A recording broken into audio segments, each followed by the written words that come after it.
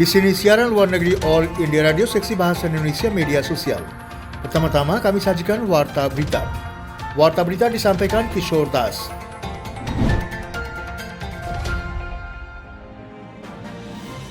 Aktivis Karima Baloch ditemukan tewas di Kanada. Karima Baloch, seorang aktivis yang vokal tentang tentara Pakistan dan kekejaman pemerintah di Balochistan, ditemukan tewas di Toronto di Kanada. Polisi Toronto telah meminta bantuan publik untuk menemukan Karima Baloch yang hilang pada hari Minggu, namun keluarganya kini telah memastikan bahawa jasad Karima telah ditemukan. Karima Baloch, seorang tokoh terkenal di Balochistan, dipercaya sebagai pelopor aktivisme perempuan di sana. Dia juga pernah mengangkat masalah Balochistan dalam sesi Perserikatan Bangsa-Bangsa di Swiss.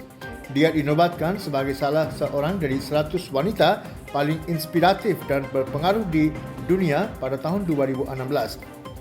Dewan Perwakilan Rakyat Amerika Serikat melewati $892 miliar paket bantuan virus corona. Dewan Perwakilan Rakyat Amerika Serikat telah mengesahkan paket bantuan virus corona $892 miliar yang bertujuan untuk memberikan bantuan bagi perekonomian negara yang dilanda pandemi. Rancangan undang-undang bantuan yang akan menjadi undang-undang jika disahkan oleh Senat dan ditandatangani oleh Presiden Donald Trump, termasuk pembayaran $600 untuk sebagian besar orang Amerika serta pembayaran tambahan untuk jutaan orang yang dipecat selama pandemi. Gedung Putih mengatakan Trump akan menandatangani RUU tersebut. Undang-undang tersebut juga memperluas program pinjaman usaha kecil sekitar $284 miliar dan mengarahkan uang ke sekolah, maskapai penerbangan, sistem transit dan distribusi vaksin.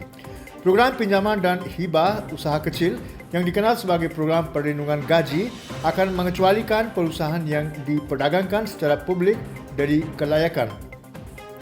China membenarkan latihan militernya dengan Pakistan di tengah kekhawatiran tentang latihan Malabar di India. Kebocoran ganda China sekali lagi terungkap. Mereka telah membenarkan latihan udara gabungan yang sedang berlangsung Shaheen 9 dengan Pakistan meskipun telah menyatakan kekhawatirannya tentang latihan Malabar India bulan lalu. Jurubicara Kementerian Luar Negeri China, Wang Wenbin, membela latihan Shaheen 9 dengan Angkatan Udara Pakistan sebagai pengaturan rutin yang menurut para ahli mencerminkan poster strategis yang lebih besar terhadap India. Menanggapi pertanyaan tersebut, latihan yang sedang berlangsung tidak mentargetkan negara ketiga manapun. Angkatan Udara China dan Pakistan mengadakan latihan tahunan mereka Shaheen 9 sejak 9 Desember di Provinsi Sindh Selatan di Pakistan dekat perbatasan India. India baru-baru ini menjadi tuan rumah latihan Angkatan Laut Malabar 2020 bersama Amerika Serikat, Jepang dan Australia. Mengomentari latihan Malabar, Kementerian Luar Negeri China berharap latihan militer negara-negara terkait dapat kondusif bagi perdamaian dan stabilitas regional, alih-alih bekerja dengan cara yang berlawanan. Presiden Amerika Serikat memberikan penghargaan Legion of Merit kepada Perdana Menteri Modi atas kepemimpinannya dalam meningkatkan kemitraan strategis Amerika Serikat-India. Presiden Amerika Serikat Donald Trump menyerahkan penghargaan Legion of Merit yang bergengsi kepada Perdana Menteri Narendra Modi atas kepemimpinannya dalam meningkatkan kemitraan strategis kedua negara dan munculnya India sebagai kekuatan global.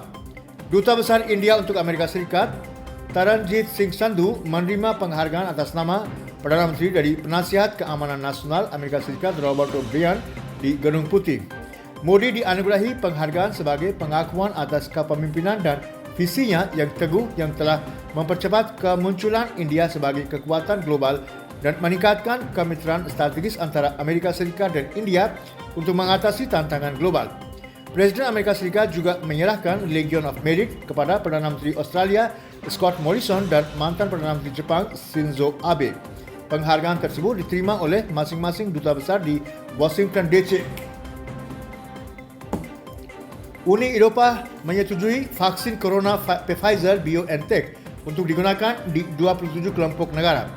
Uni Eropah telah menyetujui vaksin virus corona yang dikembangkan oleh Pfizer dan BioNTech. Tahap pertama dari program vaksinasi massal blok 27 negara itu akan dimulai akhir pekan ini. Komisi Eksekutif Uni Eropah memberikan lampu hijau hanya beberapa jam setelah Badan Obat-obatan Eropah mengatakan vaksin tersebut memenuhi standar keamanan dan kualitas. Presiden Komisi Ursula von der Leyen mengatakan dosis akan tersedia untuk semua negara Uni Eropah pada waktu yang sama dan pada kondisi yang sama. Dia menambahkan bahwa kelompok pertama dari vaksin akan dikirim dari lokasi produksi Pfizer di Belgia dalam beberapa hari ke depan dengan vaksinasi dimulai pada tanggal 27 bulan ini. Negara-negara Uni Eropah termasuk Jerman, Prancis, Austria dan Italia telah mengatakan mereka mempunyai rencana untuk memulai vaksinasi segera setelah Natal karena Eropah berusaha mengejar ketertinggalan dengan Amerika Serikat dan Inggris tempat penyuntikan dimulai awal bulan ini.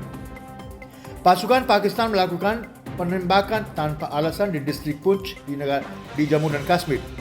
Pasukan Pakistan melanggar gencatan senjata dan melakukan penembakan tanpa alasan dan tanpa pandang bulu yang menargetkan pos-pos depan India dan daerah sipil di sepanjang garis kontrol di distrik Punch di Jammu dan Kashmir kemarin malam.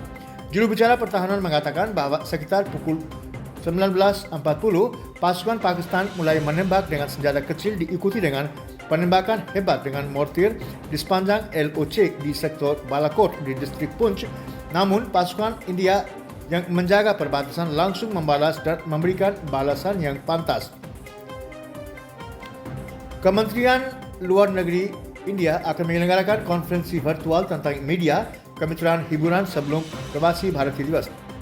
Menjelang Pravasi Bharatiya Divas, Kementerian Luar Negeri akan menyelenggarakan konferensi virtual bertajuk Menempa Kemitraan Media dan Hiburan untuk menampilkan India pada 75 hari. Acara tersebut merupakan salah satu dari 5 konferensi yang akan diadakan menjelang Pravasi Bharatiya Divas. Ini akan membawa anggota terkemuka diaspora India di bidang media dan hiburan untuk membahas tema konferensi. Konferensi ini akan dipimpin oleh Menteri Luar Negeri S. Jaishankar dan akan diadakan dalam format diskusi panel dengan 6 panelis terkemuka dari seluruh dunia akan berpartisipasi dalam diskusi ini. Acara ini akan disiarkan langsung di platform media sosial Kementerian Luar Negeri. Persahabatan antara India dan Rusia tidak terbatas, terpercaya, kuat dan koheren meskipun terjadi gejolak global. Demikian kata Nikolai Kudashov. India dan Rusia merayakan satu dekade kemitraan strategis kemarin. Pada hari inilah di tahun 2010, kemitraan strategis Rusia-India ditingkatkan menjadi kemitraan strategis khusus dan istimewa. Berbicara kepada media, Duta Besar Rusia untuk India Nikolai Kudashov menegaskan bahwa persahabatan antara India dan Rusia tidak terbatas, dipercaya, kuat dan koheren meskipun terjadi gejolak global. Dia mengatakan bahwa kerjasama pertahanan antara kedua negara telah bergerak menuju pengembangan bersama dan produksi bersama peralatan dan perangkat tambahan. Duta Besar Rusia untuk India menambahkan bahwa pekerjaan sedang dilakukan untuk penyelesaian awal FTA, Serikat Ekonomi Indo-Eurasia dan Koridor Transportasi Internasional Utara Selatan. Tingkat pemulihan COVID-19 di dalam negeri mencapai 95,65%. Tingkat pemulihan COVID-19 di negara ini telah mencapai 95,65%. Selama 24 jam terakhir, lebih dari 30.000 pasien COVID telah pulih. Kementerian Kesehatan mengatakan jumlah pemulihan telah meningkat menjadi lebih dari 9.636.000. Beban kasus yang sebenarnya saat ini hanya mencapai 2,90% dari total kasus positif. Saat ini jumlah kasus aktif di negara ini sekitar 292.000. Selama 24 jam terakhir, 19.556 kasus baru dilaporkan, membuat jumlah total kasus positif di negara ini menjadi lebih dari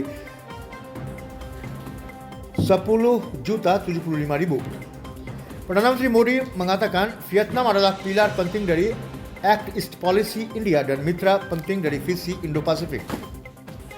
Perdana Menteri Narendra Modi mengadakan KTT virtual dengan mitranya dari Vietnam, Nguyen Xuan Phuc, pada hari Senin. Kedua pemimpin meninjau keseluruhan hubungan bilateral, diskusi tentang masalah regional dan global yang menjadi kepentingan bersama. Kebangkitan ekonomi pasca pandemi juga menjadi agenda. Dalam sambutan pembukaannya, Modi mengatakan Vietnam adalah pilar penting dari Act East Policy dari India dan mitra penting dari visi Indo-Pasifik kami. Ia mengatakan hubungan India dan Vietnam berkembang pesat dan menjalar ke wilayah baru. Perdana Menteri mengatakan India melihat hubungan dengan Vietnam dengan perspektif jangka panjang dan strategis.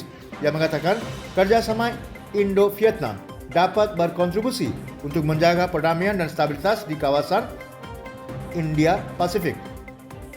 Perdana Menteri mengatakan India dan Vietnam telah menandatangani 7 perjanjian baru di bidang-bidang seperti pertahanan, penelitian ilmiah, energi nuklir dan terbarukan, petrokimia dan beragam subjek lain seperti pengobatan kanker.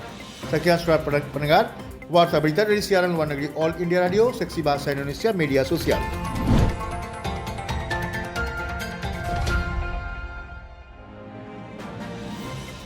Selanjutnya kami sajikan komentar yang berjudul Menuju Keswasembadaan di Sektor Pertahanan. Persetujuan Defence Execution Council iaitu DAC untuk pengadaan peralatan pertahanan senilai RM270,000 juta dari industri dalam negeri pasti akan memberikan dorongan untuk inisiatif pemerintah Make in India dan Atmanirbhar Bharat. Perdana Menteri Narendra Modi memberikan seruan tegas untuk Atmanirbhar Bharat pada tanggal 12 Mei. Menteri Keuangan Nirmala Sitharaman mengumumkan reformasi khusus pertahanan berikutnya pada tanggal 16 Mei. Perdana Menteri Modi pada Februari telah menetapkan target $5 miliar AS untuk ekspor pertahanan India di 5 tahun ke depan pada peresmian pameran pertahanan ke-11 di kota Lucknow. Dia telah mengundang pemain swasta untuk berinvestasi di negara ini yang akan mewujudkan tujuan ganda dari pengembalian investasi yang bagus dan membuat ekonomi terbesar ketiga di Asia itu mandiri dalam manufaktur pertahanan. Tidak ada keraguan dalam benak siapapun tentang keseriusan pemerintah dalam mengupayakan reformasi pertahanan. Reformasi ini bertujuan untuk mengurangi tagihan impor pertahanan besar-besaran India. India bertujuan untuk menjadi mandiri dalam pembuatan pertahanan karena akan sulit bagi negara ini untuk terus mengalokasikan sumber daya yang langka untuk mengimpor senjata dan platform yang mahal guna menghadapi tantangan keamanan yang kompleks di sepanjang perbatasan utara dan barat. Proposal akuisisi yang disetujui dalam pertemuan DAC baru-baru ini mencakup DRDO yang dirancang dan dikembangkan sistem peringatan dan kontrol dini udara AEW dan C untuk Angkatan Udara India, kapal patroli lepas pantai generasi berikutnya iaitu Gen Next untuk Angkatan Laut India dan jambatan modular untuk Angkatan Darat India. Keputusan India untuk menjadi mandiri didasarkan pada aksioma bahwa negara yang bergantung pada impor peralatan militernya tidak akan pernah bisa kuat dan swasembada di sektor pertahanan terkait dengan harga diri dan kedaulatan. Penting untuk disebutkan bahwa keputusan pemerintah untuk membuat India mandiri tidak berarti pintu tertutup bagi investor asing, tetapi menandakan bahwa lebih banyak pintu terbuka bagi perusahaan untuk melakukan manufaktur di negara ini. Mengingat hal ini, batasan investasi asing langsung FDI di sektor pertahanan di bawah jalur otomatis telah dinaikkan dari 49% menjadi 74%. Sebelumnya, pemerintah juga mengambil keputusan besar untuk membatasi impor 101 senjata dan platform militer, termasuk helikopter tempur ringan, kapal selam konvensional, dan rudal jelajah di bawah garis waktu yang terhuyung-huyung hingga 2024. Secara signifikan, keputusan ini telah menciptakan peluang untuk memproduksi peralatan pertahanan senilai RM520,000 juta per tahun di India. Secara kebetulan, sektor pertahanan India adalah salah satu pendorong penting mesin pertumbuhan dan dapat meningkatkan kontribusi manufaktur dari 16% PDB menjadi 25%. India telah meresmikan 2 koridor industri pertahanan di negara bahagian Tamil Nadu dan di negara bahagian Uttar Pradesh untuk meningkatkan program Make in India yang pada gilirannya akan menarik investasi serta mendorong penciptaan lapangan kerja. Peningkatan kemampuan dalam produksi pertahanan tidak hanya menawarkan peluang ekonomi yang besar bagi industri dalam negeri, tetapi juga memberikan keuntungan strategis yang sangat besar bagi negara dalam situasi geopolitik yang berkembang pesat. Ketekunan untuk melaksanakan rencana yang diinginkan adalah kebutuhan saat ini. Namun, proses pribumisasi memerlukan perencanaan perspektif yang cermat, dukungan anggaran yang terjamin dan kesabaran untuk desain, pengembangan dan manufaktur.